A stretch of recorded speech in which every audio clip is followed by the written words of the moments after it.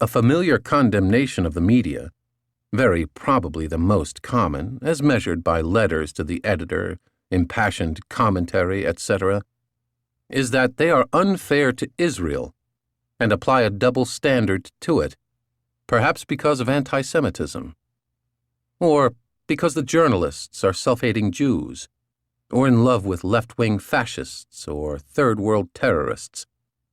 The proof typically offered for the thesis is that Israeli crimes receive more coverage than comparable or worse crimes in Syria, South Yemen, and other Arab and third-world states.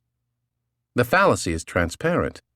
The level of media coverage of Israel is vastly beyond that of the examples cited to prove a double standard, and is totally different in character. One would have to search a long time to find a favorable word about Syria, South Yemen, etc., or any word at all. Such coverage as there is uniformly negative, generally harshly so, with no mitigating elements.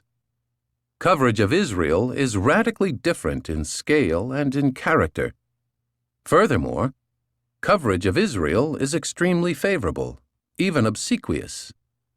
Overwhelmingly, events are reported and interpreted from an Israeli point of view.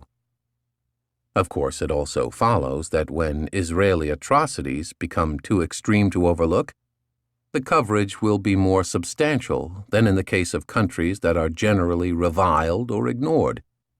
Furthermore, if any country that approached Israel in the scale and laudatory character of coverage, none exists, to my knowledge, were to carry out atrocities of the kinds in which Israel has regularly engaged, or if Jews in the Soviet Union or elsewhere were subject to the kind of treatment regularly meted out to Arabs, there is little doubt what the media reaction would be, and there is extensive literature demonstrating the protectiveness of the media towards Israel, which will be obvious to anyone familiar with them.